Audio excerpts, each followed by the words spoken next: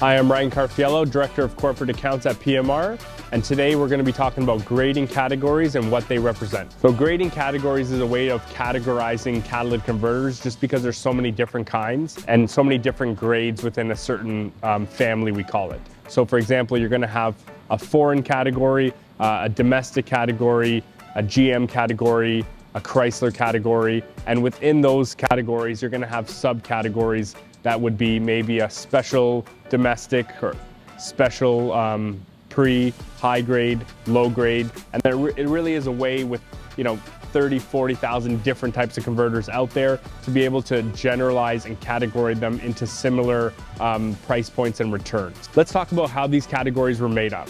So back in the day, a lot of companies, including PMR, what we've done is we've really grouped together so many of the exact same converters. So we had boxes and boxes of large bread loaves. We had boxes of special domestics of a certain kind. We'd group those together, we'd process it, we'd get the assay recovery, the returns, the PPMs, and really put a price point based off the weight of that exact converter, obviously times the average results that are coming out of multiple assays, times the current market rate. So a lot of companies did that back in the day, and you almost got to really continue to do that over time because a special domestic, a certain kind that you might have done 5 or 10 years ago might not return the same, 5, 10 years later. So a lot of companies did that just to be able to get rough price points for certain categories. So depending on what kind of company you sell to, if you're dealing with a direct processor or toll refiner,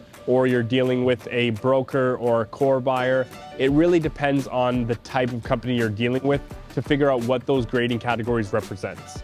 So for example, if you're dealing with a company on assay, like PMR, those grading categories are going to be rough estimates. They're most of the time going to be a little bit conservative, but it's designed that way, especially if you're buying the catalytic converter. You want to have a pricing tool that is going to caution on the lower side, the safe side, to make sure that you're really not overpaying for the converter. So the grading categories for a company like us that is going to pay you exactly on the assay, those grading categories still need to be used as just an estimate, right? They could be conservative, some will be higher, some will be lower, but for the most part, they're going to average out on the back end of the assay. And as long as you're selling a good mix of converters, high, medium, low grade, and not all of one kind, it usually should balance out. So again, the grading categories are really just an estimate. The difference is when you're selling those to a company that is buying per piece, those grading categories are going to be a little bit different, right? They're going to be exactly what that company is going to pay. For the most part, what we find is those prices seem to be a little bit inflated. So you're going to look through a price list, you're going to see a grading category, maybe it's exotic and it's priced at $1,000, gets everyone excited because that's what they're going to pay. But the thing that people don't really realize is with all the different converters, the different moving parts, sensor on one, 2 sensors on another one, codes, not readable codes, all those things play a factor into the grading and the grouping and the categorizing into those grading categories. So just keep in mind that when you're selling to a company on per piece, those grading categories are going to be a little bit different because you're most likely you're not going to get anything on the back end of their refining because that's going to be their profit. So you might find that their grading categories are a little bit more aggressive. They're designed that way because they need to draw in people to get excited about maybe what they're going to pay. But if you're going to deal with a company on assay recovery, keep in mind that those grading points are just going to be a rough estimate because you directly get paid on your precious metal ounces. So the next topic we're going to discuss is serial numbers. So serial numbers have really become popular within the last 5 to let's say 8 years. The serial numbers really found at different parts of the converter, depending on the unit and the family or the grouping. They could be on the ridge of the converter, they could be on the body of the converter, they could be on the shield of the converter. So converters are a little bit more reflective or accurate price point versus grading categories, because you're going to actually have a grading category with multiple different, let's just say regular domestics, grouped into a price point that is similar. The difference with a serial number is it's going to be that exact price for that single converter. So keep in mind that it's still a guide, it's still a estimation, because the serial number, really depending on the region it came from, the weather climate, the wear and tear, the mileage on the vehicle, all that plays a factor on the recovered price that you're gonna see on certain apps or databases. So that's really the difference. And serial numbers obviously have become very popular because over time, core buyers, anyone really buying converters, they had to really get into the serial number game, because probably 8 or 9 times out of 10 on a mixed load, the serial number should have a little bit higher value than the category price. So a lot of yards, and fair to them, they want to be paid more for the converters, so they want their buyers to be able to price a lot by serial number. So really, we're going to talk about everything that I can touch on versus serial numbers, what it means, what to look out for. So let's jump right into it. So to kind of go back, I'm gonna use this example right here. So we have a Kia Hyundai converter. So how does that really get assayed, or we call it a single analysis assay? How does that work? So this unit comes into us. We're going to take it. We're gonna really scrub it up, make sure we have all the numbers, because there's gonna be more than one serial number on this unit. We're gonna clean it up, and we're gonna really, as I said, document all the serial numbers that we found. From there, we're gonna open it up, and we're gonna take out the ceramic biscuit and weigh it up. So before we do any crushing or cutting, we're really gonna take that shell off, take out the ceramic, weigh it up, and really get a weight of the inside of the converter, which is very important. From there, we are gonna crush it, we're gonna mix it, and obviously it's a very small sample size, but we're gonna mix it up as much as we can. And once we get a blended mixture of that whole piece, we're gonna run into our laboratory, we're gonna go XRF and ICP, and we're gonna get the parts per million, the PPMs, off this exact unit. So to get the value, we're taking those PPMs, we're timesing it by the weight of the ceramic, and then we're timesing it by the current market rate of all three metals to essentially get your final price.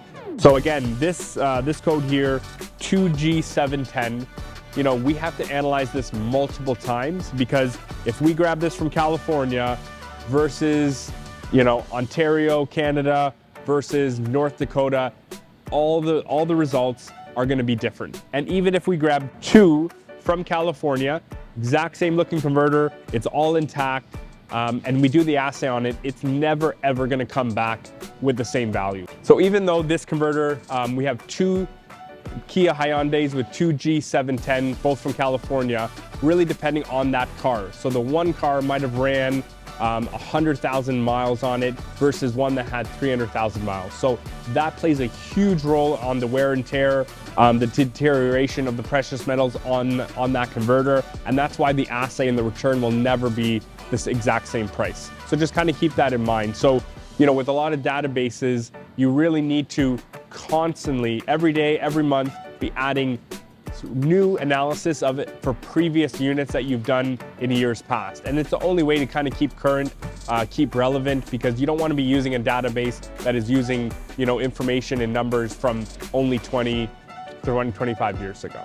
So going back to this Kia for an example, a lot of converters, especially larger ones, they're gonna have two biscuits, right? So it's all gonna be in one whole converter, but you're gonna have a biscuit at the top, you're gonna have a gap in the middle, and you're gonna have a biscuit at the bottom. So a lot of companies or people, they try to use an XRF gun, which is not accurate, because this biscuit is gonna have a different value of this biscuit. If you shot it in the front versus the back, it's really not an accurate way whatsoever to evaluate a converter. So if you don't evaluate, let's say, a whole load of converters with a shot of an XRF gun, it makes sense that you wouldn't evaluate one converter with that same method. So that's why it's really important to crush it up, obviously weigh it before, crush it up, mix it, and get a really blended sample of the whole converter. Doesn't matter if it has one biscuit, two biscuits, or three biscuits inside. We're going to talk about the different types of companies. So obviously companies that buy per piece versus companies that buy on per an assay basis. So when it comes to serial numbers, talking between those two types of companies, a lot of companies that buy by piece, their serial number list is going to be essentially what they're going to pay for that converter. So what you'll find is for the most part, they need to make a profit. So their price points on the serial numbers are going to be, as a whole, they're going to be a little bit more conservative because they need to make a profit, and there's ranges, right? So if you have a serial number that has an assayed value between 4 and 500, and you really don't know until you analyze that one converter where that's going to fall, that company is going to have to price it at 400 or maybe 350 to 380 to really cover themselves just in case that converter came back on the lower end. So the exception to the rule is you might find that a few serial numbers, maybe some of the rare ones, they're going to be 20, 30, 40, 50% higher than what that converter market rate is actually worth. And it's a way of just putting a unicorn out there, getting people excited. So, we find a lot of people that are going to run a lot of serial numbers in one database versus another. You really got to figure out how is that company buying those converters. And the other thing too is, and we've talked about this on different podcasts at PMR, if you're just paying for an app or a service to run numbers, but that company doesn't buy converters, or you're not selling the converters to them, that number means nothing. It really is a number that they're just posting out there so you can get a false expectation of it.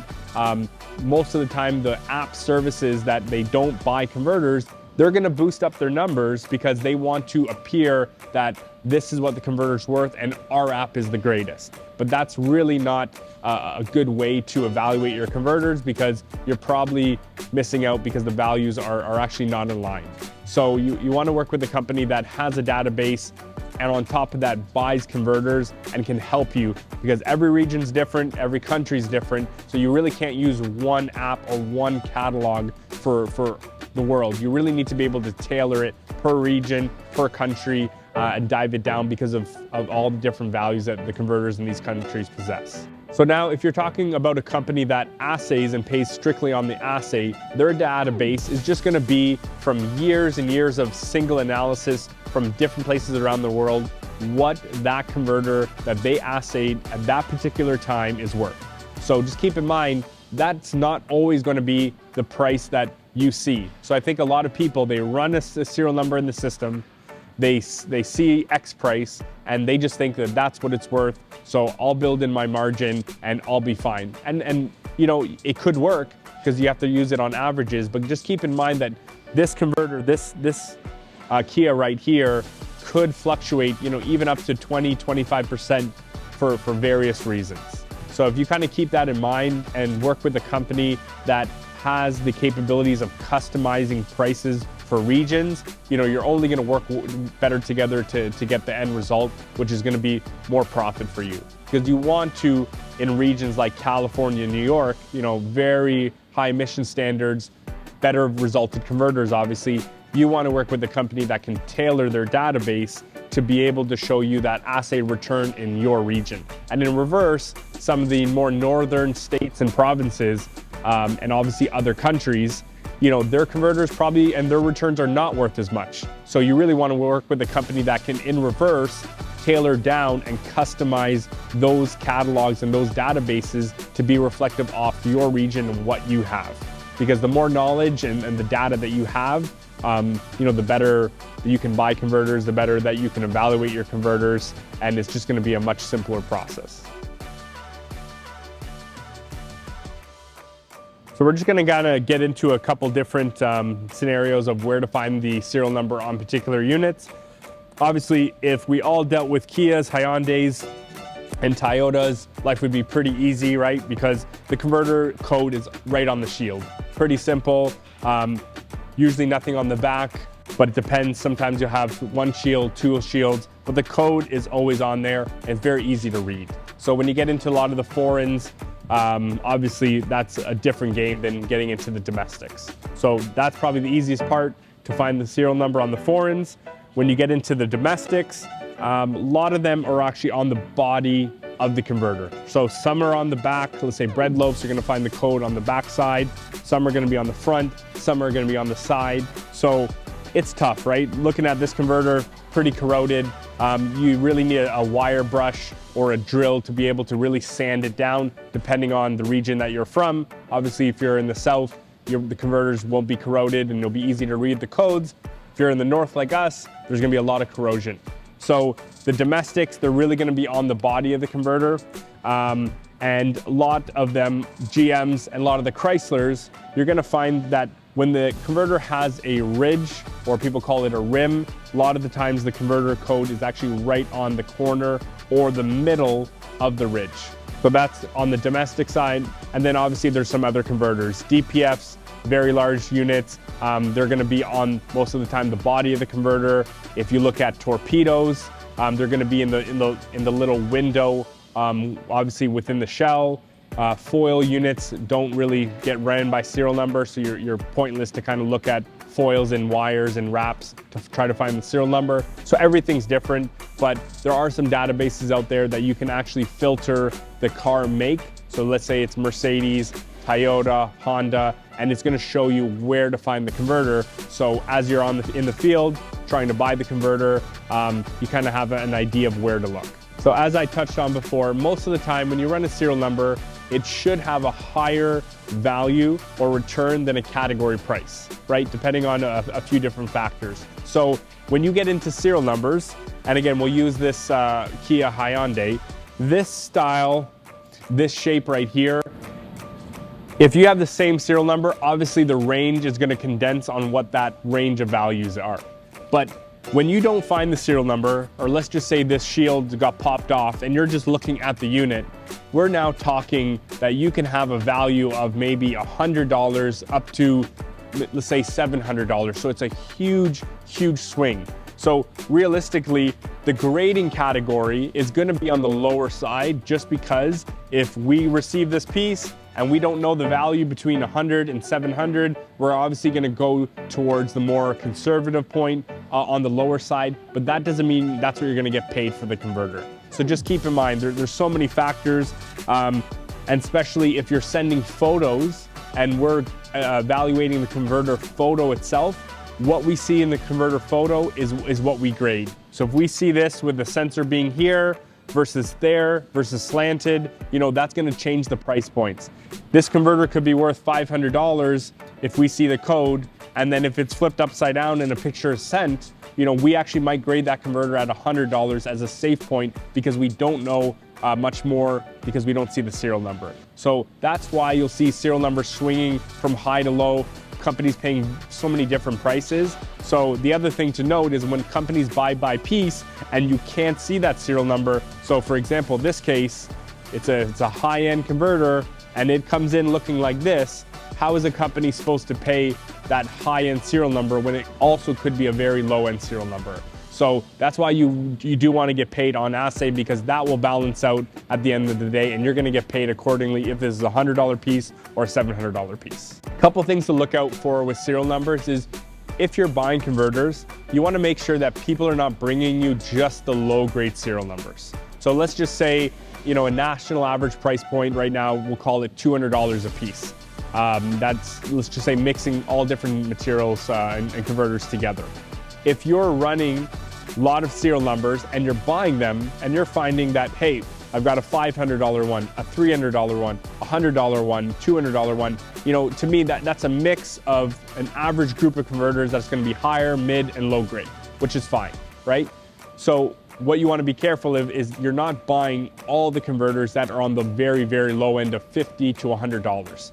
Because what obviously someone's doing is just trying to dump the low-grade serial numbers on a company. So it's fine. If you can read every single number on that converter, even if it's low-grade, and it's coming up at $40, $50, $60, and you want to pay a really, really low price, you can still profit, but what's going to happen is your overall mixture is going to be low-grade, which is also going to be not too great for your assay.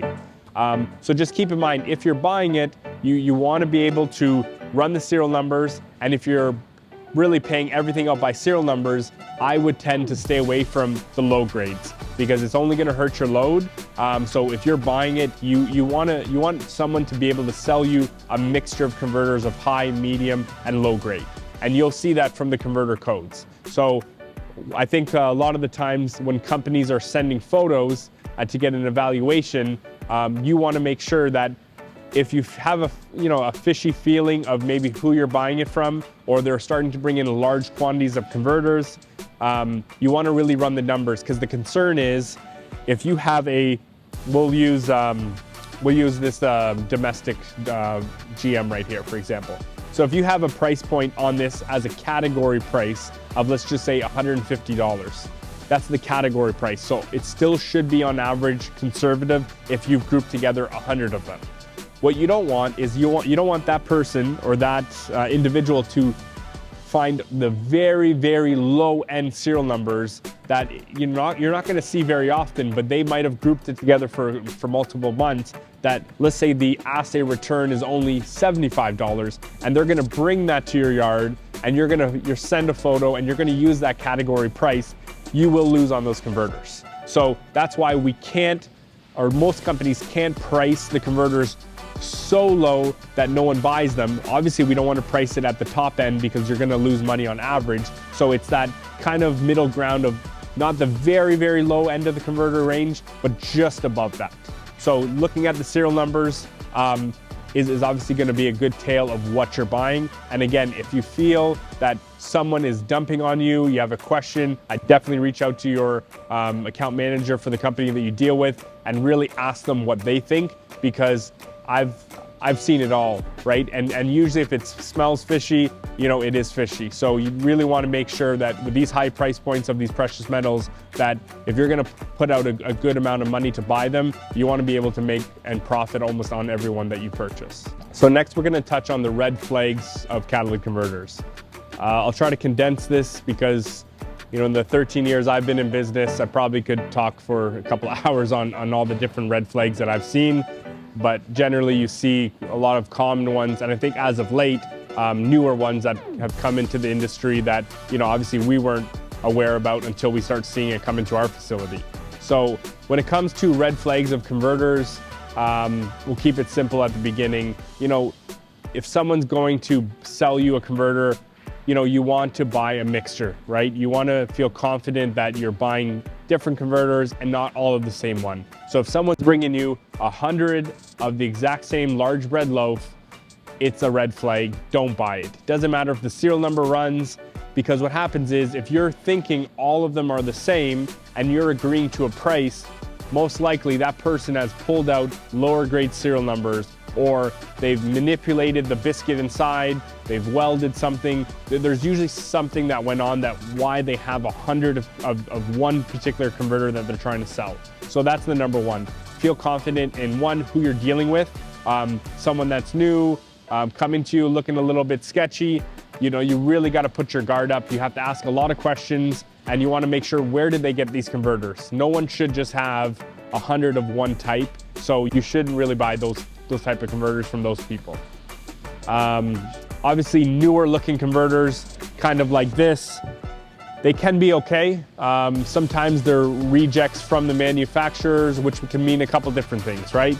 We've tested brand new converters from GM, Toyota, Ford, and sometimes they're loaded like crazy with precious metals, right? Because maybe there was something rejected on the car itself, but the converter was fine, but they really had to discard all of them and they circulate in the market. Those are great, right? So the opposite side to that is maybe there was some reject part on the converter itself, which could mean that there's really no precious metal dipped in that ceramic biscuit.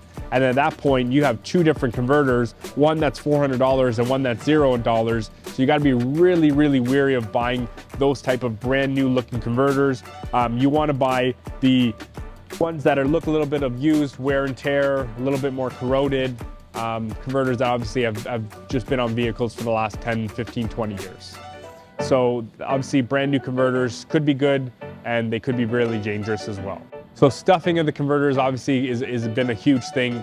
Over the years, I've seen foam in the converters, rocks, towels, marbles and beads. Let's just say we've seen it all. So when you get a converter, you really want to be able to see inside with a flashlight. In this case, I can see the whole biscuit. And you want to make sure that it looks like a converter biscuit inside, right? So that's number one.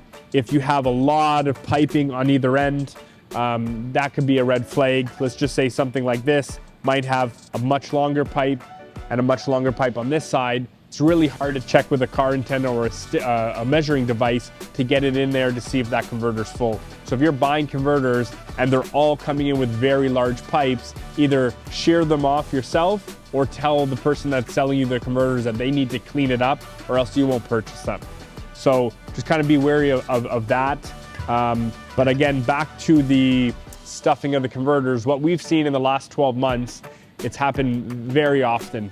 What people are doing is they're opening the converter, they're really removing the precious metal ceramic biscuit inside, and they're stuffing it with other things, and they're welding back the converter. So if you see a huge weld line right across the body of the converter, definitely don't buy it. And they've got really crafty on what they've been doing, because we've been seeing a lot of the cheese grater GM Tahoes, you know, the 4-hole or 5-hole, they call it Tahoes. What they're doing, because it has a shell that crimps on either end, they're opening it up, they're filling the converter back with maybe aftermarket material, maybe they're filling it with something else. But what's really shifty is they're actually welding the converter biscuit on this end, and then they're welding it here, and there could be nothing in the middle. But when you get that converter, obviously they put the shield back so you really can't see the weld, and you look inside, you're gonna say, oh wow, that one looks full, that side's in full, nothing's really rattling in between, you know, and you purchase that unit. Meanwhile, it could just be $10 of aftermarket stuffed on either end. So you really, you know, I can't say it enough, you gotta feel confident on who you're buying from. You need to have their information, all the proper documentation, but anything that you see that looks a little weird, you can't buy that converter. So, and you can't buy multiples of it. So, you know, you really have to inspect it. We've seen that the foam is also a popular thing, that somehow companies are spraying a foam that goes inside an empty converter and it fills full, and they're putting like a rag or a towel on either end to kind of, let's just say if that converter was broken, it would stop it from falling out. So anytime you see that, you know, if you have one, it's not the end of the world, obviously check it. But we've on our guillotine shears cut open multiples of one particular load and seen 30 or 40 of them in a row. So that needs to be a red flag, and that really should never get past your buyers or your company and into your Gaylord boxes. Another red flag that we see a lot on diesel converters, or let's just say on converters that do have a cleaner shield, a little bit of a new shiny shield, we see a lot of people try to carve a high-grade serial number into the body of the unit.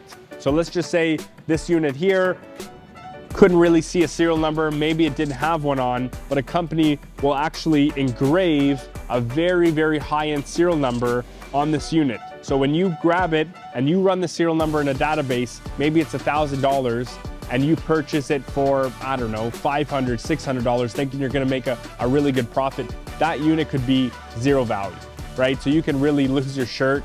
So when you look at it, you wanna look at the car emblem, the way that it's imprinted, and looking at it, you know, you've seen the GM logo, you've seen the Ford logo. They're pretty standard. So when you're looking at a unit and it just doesn't add up, you know, it's off, it's not centered, it's not parallel, you know, right there's a red flag. So you definitely don't want to buy those units. The next red flag to get into is loose material, right? So we get this question asked multiple times in a month.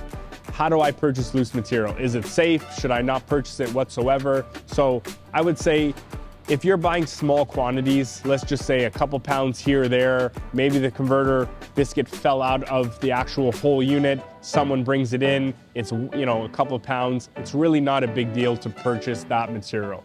What you don't want is, you don't want to buy large quantities of that, because people could be opening up no value or filters.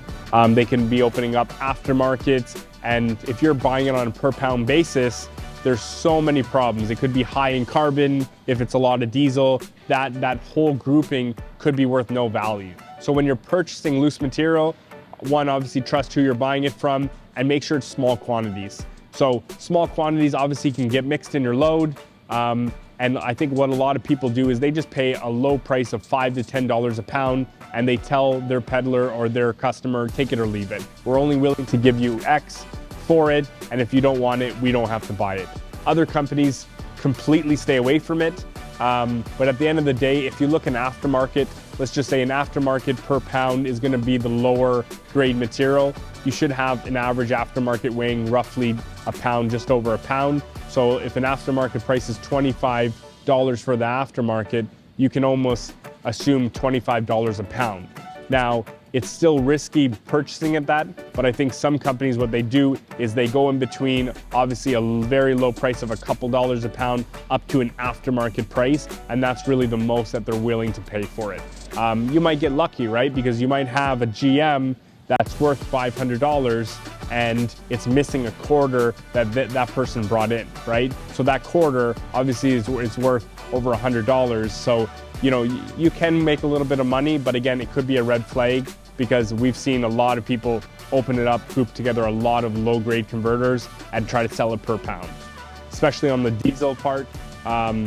Diesels obviously it could be a huge problem in terms of no value filters, obviously high carbon units. So when you start seeing the different colors, you see a lot of yellow, you know, black, obviously sometimes white, you know, the different colors obviously can give you an indication of what that material looks like. Obviously the patterns and the sizes. So if you have a chunk of a loose material that's this big, and it's obviously looking like it's only a quarter of that, that's coming from a diesel, because a converter for the most part is not going to look like that. So just kind of be a little wary of buying loose material. It's probably best to stay away from it if you want to err on the side of caution, but pay a very low price for it. Appreciate your time today. Hopefully you learned a little bit about serial numbers, grading categories, and red flags. Always err on the side of caution. It's better to be safe and not buy a converter than to obviously lose money on it. So hopefully you guys learned a lot from the video, and talk to you soon.